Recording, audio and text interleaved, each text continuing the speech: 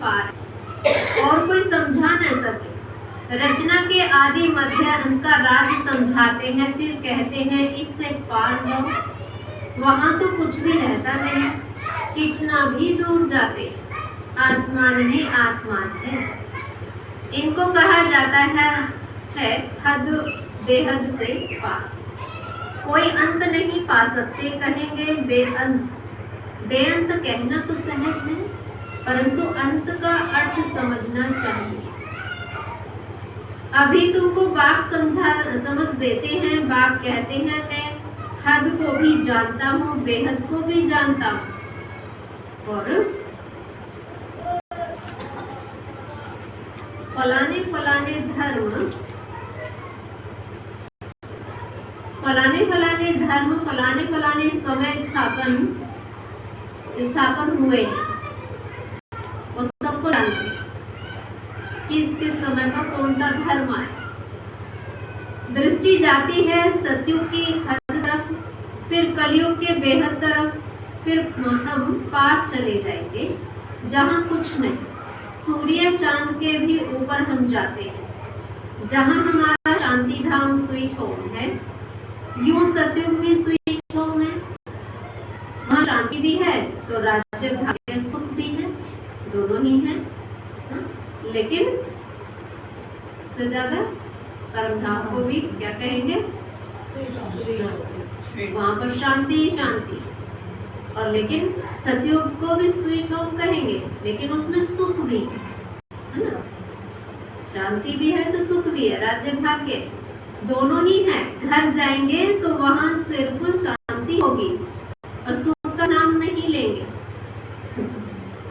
सुख का नाम, क्योंकि इन सब से तो पार है ना। वहाँ सुख तो शरीर को चाहिए ना, सुख शरीर को चाहिए, शांति आत्मा को चाहिए उसको तो मिल ही रही है शांति, फिर सुख का नाम ही नहीं।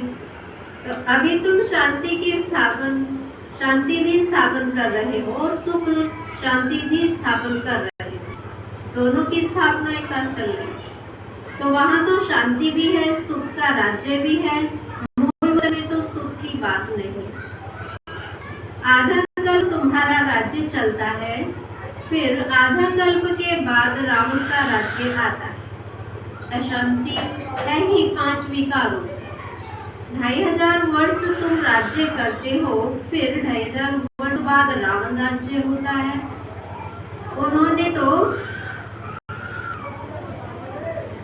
2500 वर्ष तुम राज्य करते हो, 2500 वर्ष बाद फिर उन्होंने लाखों वर्ष लिख दिया। किसने लिखा लाखों वर्ष? शास्त्रों में लाखों वर्ष लिख दिया, एकदम जैसे बुद्धू बना दिया।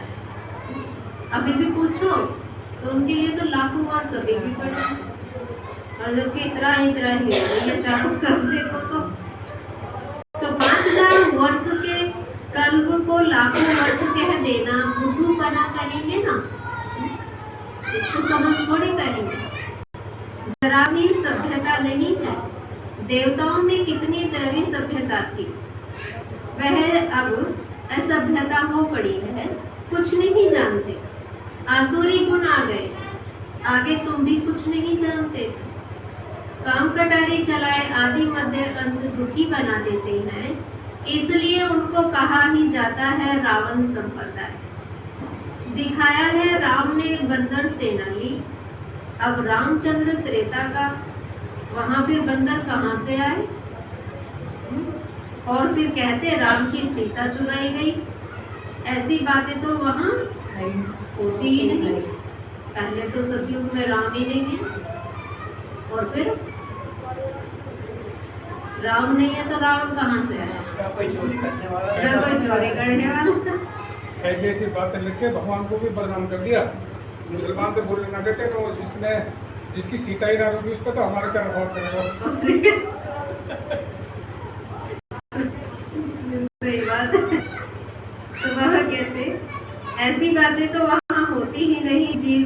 जीव जानवर आदि 84 लाख योनियां कितनी यहाँ है, इतनी सतयुग त्रेता में थोड़ी ही होंगी, लेकिन यहाँ पर भी है थोड़ी ही, बताते हैं लेकिन सतयुग में भी नहीं होगा।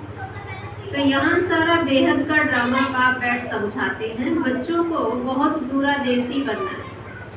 आगे तुमको कुछ भी पता नहीं था, मनुष्य होकर और नाटक को नहीं जानते। मनुष्य होकर सारे बेहद के नाटक को नहीं जानते, क्योंकि सबसे बुद्धिमान तो इस सृष्टि पर मनुष्य ही है। तो अभी तुम समझते हो सबसे बड़ा कौन है, तो जानते हैं ना सभी सबसे बड़ा कौन है, शिव बाबा है। तो बाबा कहते हैं ऊंचे ते ऊंच भगवान, इस श्लोक भी गाते हैं ऊंचा तेरा नाम ऊंचा तेरा। तो अब तुम्हारे सिवाय और कोई की बुद्धि में नहीं है, तुम्हारे में भी नंबरवार है। बाप हद और बेहद का दोनों राज समझा, उनसे पार कुछ भी है नहीं। वह है तुम्हारे रहने का स्थान, जिसको क्या कहेंगे, शांति परम धाम कहें, तो जिसको ब्रह्मांड भी कहते हैं। जैसे यहाँ तुम आकाश तत्व में बैठे हो, इसमें कुछ देखने में आता है क्या? आता है और कुछ देखने में कुछ भी नहीं। तो रेडियो में कहते हैं आकाशवाणी। अब यह आकाश तो बेअंत है, अंत पा नहीं सकते, तो फिर आकाशवाणी कहाँ से होगी? तो बाबा कहते तो आकाशवाणी कहने से मनुष्य क्या समझेंगे? यह जो मुख है यह है पोलार, मुख से वाणी अर्थात आवाज है ना, आकाश। तो यह तो कॉमन बात है, मुख से आवाज निकलना, इसको आकाशवाणी कहा जा रहा है।